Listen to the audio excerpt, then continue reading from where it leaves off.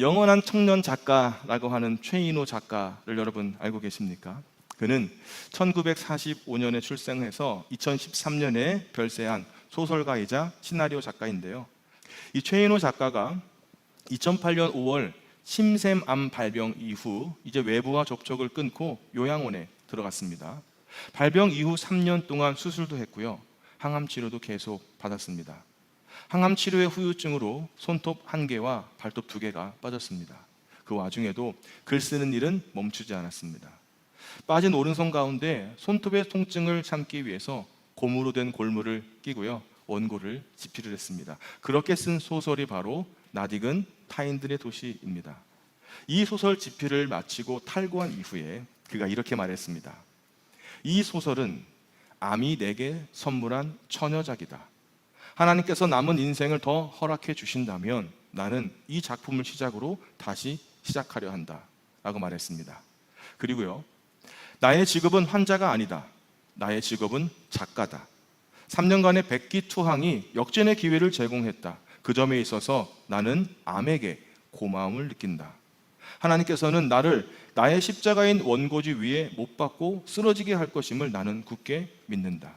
그리고요, 2013년 9월 주님 나를 불쌍히 여겨주세요 라는 마지막 말을 남기고 타계를 했습니다. 뭐라고요? 암을 하나님께서 주신 선물이라고요. 암에게 고마움을 느낀다고요. 그러나 그것이 암이든 처절한 실패이든 그것이 아무리 큰 고통이라고 할지라도 딛고 일어난 사람은 말할 수 있습니다. 고통도 선물이라고요. 암도 선물이라고요. 그리고 이렇게 말할 수 있는 사람은 이미 승리한 사람이 아닙니까? 그런데 이런 사람은요, 승리했느냐 실패했느냐 하는 것을 따지는 것이 어떻게 보면 진부한 차원이 됩니다. 이러한 사람은요, 내게 주신 그대로의 삶에서 하나님의 손길을 느끼는 행복한 사람이 되는 것입니다. 병이 있든 병이 없든요. 요나는 요나입니다. 하나님의 분명한 뜻을 알면서도 도망치려고 했던 사람이기 때문이죠. 모든 일이 순조롭게 되는 것처럼 보였지만 사실은 내려가고 또 내려가는 삶이었습니다. 나를 위해 죽으시고 무덤에서 3일을 계셔야 했던 그 예수님의 은혜가 없이는 오늘 나도요, 하나님 앞에 나아갈 수 없는 사람이기 때문입니다. 요나는 나입니다. 그런데요, 그 요나가 드디어 오늘 기도하기 시작합니다.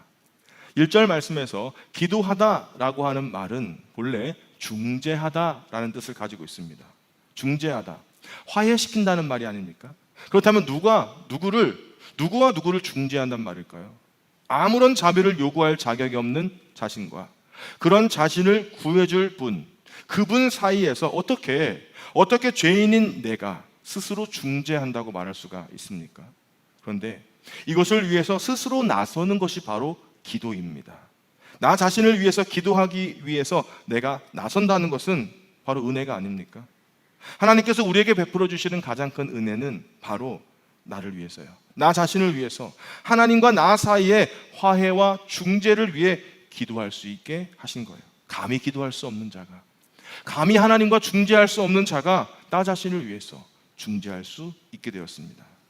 그래도요, 중재자가 되려면 뭔가 큰 잘못이 있어서 화해를 하려면요, 그래도 뭐라도 하나 들고 가야 되지 않겠습니까? 우리들의 관계에서 누군가에게 화해를 위해 나아간다면 바카스라도 하나 가져가야 되잖아요. 그래도 무엇인가 가져가야 할 게 있어야 될 게 아니겠습니까? 뭐라도 그 사람의 마음을 풀어줄 그 뭐라도 가져가야 되지 않겠습니까?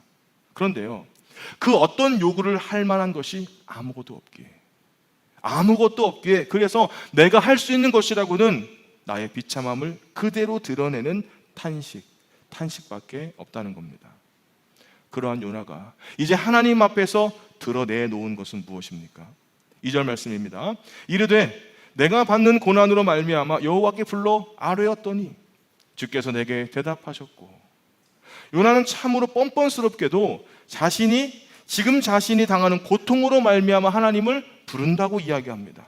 여기서 고난이라고 하는 말은 쪼여오는 고통을 이야기합니다. 이럴 수도 없고요, 저럴 수도 없게 사방에서 쪼여오는 거예요. 오므릴 수도 없고 펼 수도 없는 그런 형편입니다. 물고기 뱃속이 바로 그러한 형편이 아니겠습니까? 그러한 마음이 그러한 형편이었습니다. 정말로 짜증나는 상황이긴 한데 짜증도 마음껏 못 부려요. 그는 고난 속에 던져졌습니다. 처음 하나님의 부르심을 받을 때처럼 내가 도망할 곳이 있다면 거기로 도망치지 않았겠어요? 그런데 지금은 도망칠 곳이 없어요. 그야말로 앞뒤 위아래가 사방이 모두 다 캄캄하게 막혀 있습니다. 어떻게 해야 될지 막막할 뿐이에요. 혹시 지금 오늘 내 삶이 이렇다고 여기시는 분이 계십니까? 바로 요나가 그런 상황에 있습니다. 이렇게 물고기의 뱃속에 들어간 요나가, 고난 속에 던져진 요나가 그런 자신을 위해서 무엇을 합니까? 2절 말씀, 내가 스올의 뱃속에서 부르짖었더니 주께서 내 음성을 들으셨나이다. 요나는 자신의 고난을 스올의 뱃속이다 라고 이야기를 합니다. 스올이란 무엇일까요?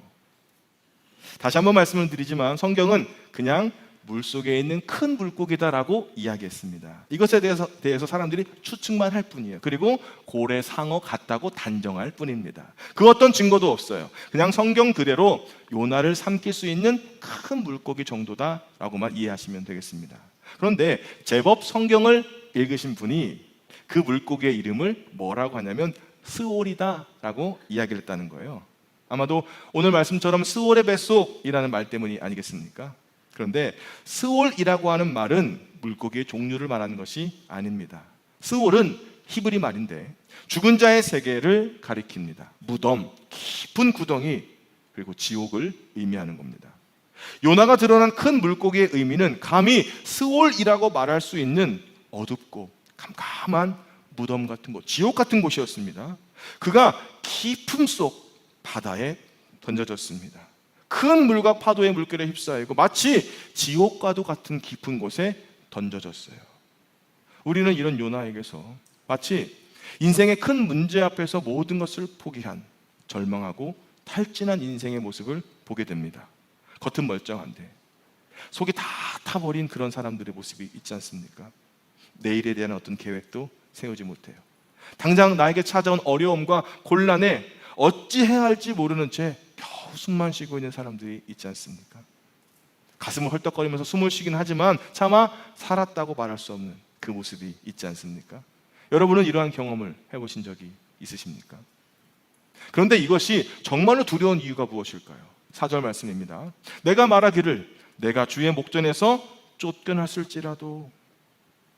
요나가 이 고난 속에 있었다는 것은 깊음 속에 던져진, 스올과 같은 곳에 던져진 이유는 바로 쫓겨났기 때문이라는 거예요.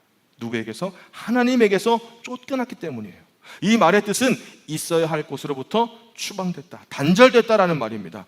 요나는요, 하나님과의 단절 속에 던져졌습니다. 사람이 처음 단절을 느끼는 순간이 어떤 시간일까요? 바로 아이와 엄마와의 탯줄이 잘라진 순간이라고 말할 수 있지 않습니까? 그래서 아기들은 응애 울음으로 세상을 시작을 합니다. 이처럼 하나님과 연결되어 있어야 할 끈이 떨어진 인간이 울음 외에, 탄식 외에 다른 것으로 자신을 표현할 방법이 없다는 겁니다. 인간의 깊은 고난은 바로 하나님께로부터 떨어져 오는 것이다 라는 겁니다. 그러면요, 그 고난 속에 요나가 어떻게 합니까? 드디어 요나가 기도하기 시작합니다. 니느웨로 가라는 명령을 받고도 기도하지 않았던 요나가, 다시스로 도망치는 배를 타려 내려갔던 요나가, 풍랑이 있는 뱃속에서도 잠들었던 요나가, 네 하나님께 기도해라 라고 선장의 이야기를 듣고도 기도하지 않았던 요나가, 제비에 뽑혔을 때도, 바다에 던져졌을 때도 기도하지 않던 요나가 드디어 기도하기 시작합니다.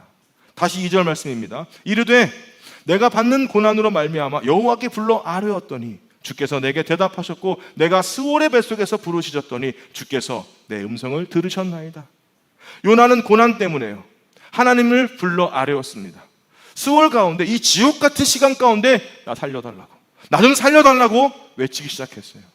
누구라도 붙들고 내 이야기만 할 수 있다면, 하소연이라도 할 수 있으면 그 사람에게 주구장창 내 얘기를 사정사정했지 않았겠습니까? 그런데 들어줄 사람이 없어요. 그래서 하나님을 향해서 부르짖게 됩니다. 그는 하나님께 불러 아뢰었습니다. 고난이요, 하나님이 주는 선물은 아닙니다. 다만 그 고난으로 말미암아 하나님을 불러 아뢰는다면, 하나님을 찾는다면 그 고난은 나를 하나님께로 인도할 길잡이가 될 수 있지 않습니까?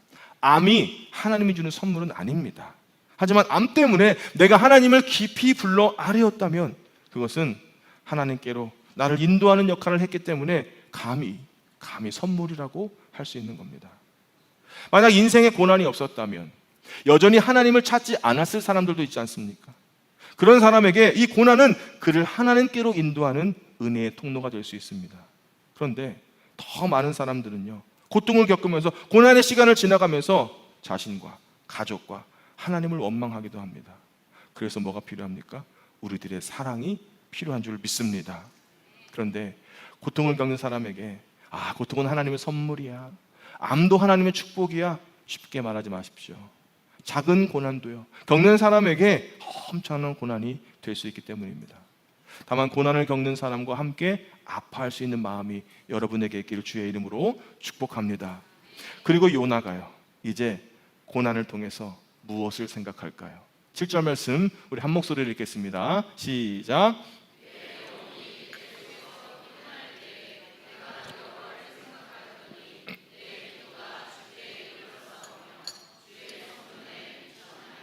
아멘. 요나가 고난 속에 있을 때 자신의 영혼이 다 꺼져가고 있다고 느끼는 순간 하나님을 생각합니다. 이것은 요나에게 베풀어 주신 하나님의 사랑이에요. 요나는 고통 곁에 함께 계신 하나님을 생각하게 돼요. 그는 고난의 때에 하나님을 생각합니다. 이처럼 고난이 하나님의 선물이 될 수 있는 이유는 그 고난의 전환점이 바로 하나님을 생각하는 순간이기 때문입니다. 드디어 하나님을 생각하고 기도하게 되었다는 거예요. 혹시 이지선 교수를 아마 많이들 알고 계실 겁니다. 여러 매체에서 이분에 대해서 많이 이야기를 했는데요. 2000년 7월입니다. 23살의 평범하고 발랄했던 여대생 이지선이 오빠의 차를 타고 집으로 돌아가던 중에 끔찍한 사고를 당하게 되는데요. 만취한 운전자가 그녀의 차를 덮쳤고요. 차량은 순식간에 불길에 휩싸이게 된 겁니다. 겨우 목숨은 건졌는데 그녀의 삶이 송두리째 타버렸습니다. 전신 55%의 3도의 중화상을 입었습니다. 의료진조차도 생존을 장담할 수가 없었어요. 그런데요, 살아남은 자의 고통이 더 상상을 초월한 겁니다. 죽은 피부를 긁어내는 지옥 같은 치료를 견뎌내야 했고요. 무려 40번이 넘는 대수술을 겪어야 했습니다. 수술을 거듭할수록 그녀의 열 손가락이 짧아져서 마디가 하나씩 없어지기 시작했어요. 예뻤던 얼굴은 다 일그러져서요, 이전의 모습을 전혀 찾아볼 수 없게 됐습니다. 처음으로 거울을 통해서 자신의 변해버린 얼굴을 마주한 날, 그녀는 절망에 빠져서 울부짖었습니다. 하나님, 제발 저를 데려가 주세요. 더 이상 살아갈 자신이 없습니다. 이 고난이라는 터널은 끝이 보이지 않았고요. 그것에 오직 고통과 원망뿐인 것 같았습니다. 하지만요, 가장 깊은 바닥에 떨어졌다고 생각하는 그 순간 하나님의 세미한 음성이 그녀의 상한 마음을 두드린 거예요. 내가 너를 세상 가운데 반드시 세우리라. 병들고 상처받은 자들에게 희망이 되게 하리라. 그녀는요, 자신을 향한 사람들의 동정어린 시선이 아니라 자신을 여전히 가장 아름답고 존귀한 딸로 바라보시는 하나님을 생각한 겁니다. 그녀는 이런 잃어버린 것을 세는 대신에 여전히 나에게 남겨진 것을 세면서 감사하기 시작했어요. 눈썹 한 가닥이 남아있음에 감사, 짧아진 손가락으로 숟가락을 쥘 수 있어서 감사.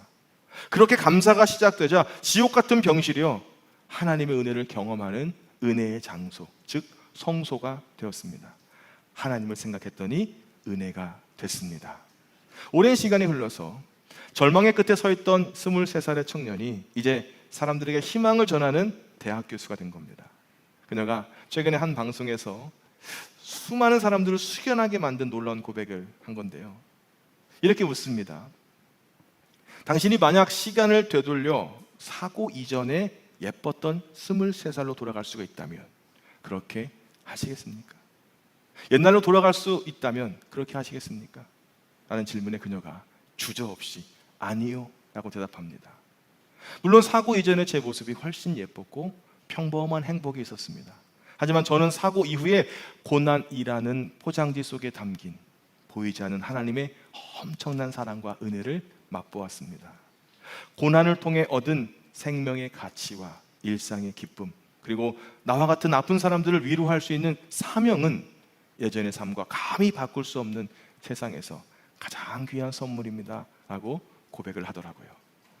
사랑하는 여러분, 우리가 고난을 만날 때마다 하나님 왜 하필 저입니까? 왜 납니까? 라고 묻습니다. 하지만 이지선 교수는요, 고난 속에서 하나님을 깊이 만난 이후에 그 질문을 이렇게 바꿉니다. 하나님, 이 고난을 통해 나에게 무엇을 주시려고 합니까? 그리고 고난이라는 거칠은 포장지 안에 들어있는 하나님의 은혜를 그가 발견하게 된 겁니다. 어떤 사람은 고난 속에서 하나님을 원망합니다. 예, 저도 많이 원망했습니다. 어떤 사람은 하나님을 믿지도 않으면서 하나님을 원망하는 사람들도 있더라고요. 풍요롭기 때문에 하나님을 모르는 사람들도 있습니다. 요나가 탄 배 안에 있는 선원들처럼 신앙이 있는 것처럼 보이지만, 기도하는 것처럼 보이지만 전혀 깊이가 없는 종교인에 불과한 사람들도 있어요. 하지만요, 고난 속에서, 깊은 스올의 뱃속에서 하나님을 생각하는 사람이 있습니다. 기도하는 사람이 있어요. 그리고 그 안에 들은 하나님의 선물을 발견하는 사람들이 있다는 겁니다. 사랑하는 여러분, 오늘 저와 여러분의 삶에 고난이 없기를 주의 이름으로 축복합니다.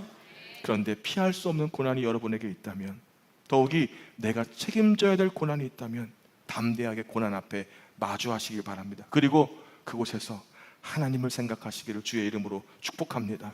하나님의 이름을 부르세요. 하나님을 불러 아뢰십시오. 그렇다면 그 고난의 거친 포장지 안에 들어있는 하나님의 은혜를 발견하게 될 줄로 믿습니다. 이와 같이 고난을 은혜의 통로로 받아들이기 위해서 우리에게 필요한 것들이 있는데요, 그것은 바로 확실하게 믿는 것입니다. 요나는 고난 중에서도 확신을 가지고 있었어요. 무엇을요? 2절 말씀입니다. 내가 받는 고난으로 말미암아 여호와께 불러 아뢰었더니 내게 대답하셨고 내가 스올의 뱃속에서 부르짖었더니 주께서 내 음성을 들으셨나이다. 2절 말씀을 문법적으로 정확하게 번역을 하면, 첫 번째는 그가 내게 대답하셨고, 두 번째는 당신이 나의 음성을 들으셨습니다 라는 뜻입니다. 자, 신앙적인 관점에서 요나가 기도할 때 처음이나 두 번째나 다 하나님을 가리키는 거예요. 그런데 처음에 기도할 때 주님은 그 주님이었습니다. 그런데 그 주님이 두 번째로 나의 주님이 되어주셨어요. 요나가 기도할 때 하나님을 생각하고 기도할 때요, 그 하나님이 나의 하나님이 되어주시는 거예요. 단순히 명령하시고 순종해라, 나아가라 라고 말씀하시는 멀리 계신 하나님이 아니라, 불순종한 요나에게, 물고기 뱃속에 같은 수울과 같은 고난 속에 있는 요나에게 찾아오셔서요, 나의 하나님, 함께 계시는 하나님이 되셨다는 거예요. 사랑하는 여러분, 고난 가운데 있다면 함께 계시는 하나님을 확신하기를 주의 이름으로 축복합니다. 여러분, 기도하는 사람에게 주시는 가장 큰 응답은 무엇입니까? 물론 소원이 이루어지고 무언가 해결되고 그것도 좋지만요, 그 하나님이 나의 하나님이 되어주시는 거예요. 내가 기도할 때 하나님은 그 하나님이 나의 하나님이 되어주시는 겁니다. 우리가 기도함으로 주시는 가장 큰 은혜는 무엇이냐면, 나와 함께 하시는 하나님을 우리가 느끼게 된다는 겁니다. 거룩하신 하나님이, 엄중하신 하나님이 지금 나와 함께 하시는 아버지 하나님이 되어주시는 겁니다. 예수님은 그래서 우리에게 하나님을 아버지라고 부르도록 말씀해 주셨습니다. 처음부터 하나님의 사랑으로 충만한 사람은 없습니다. 하나님의 사랑으로 채워져 가는 거예요.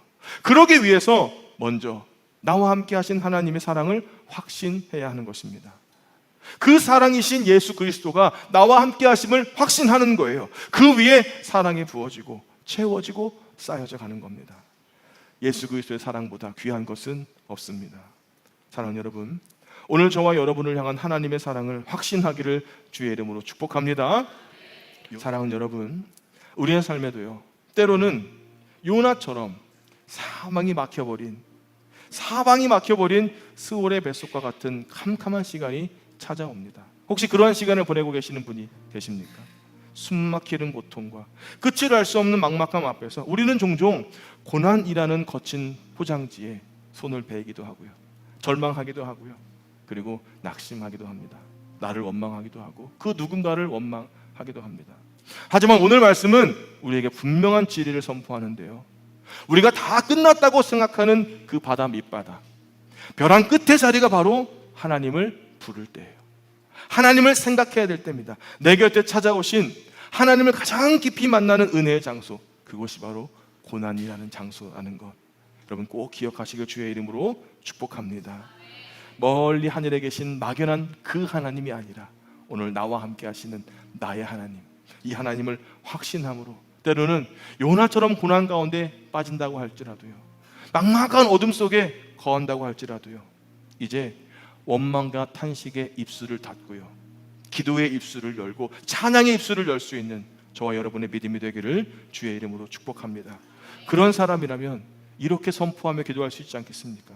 하나님, 저는 나에게 주어진 이 고난의 포장지 속에 담겨놓은 주님의 크고 놀라운 사랑을 기대합니다.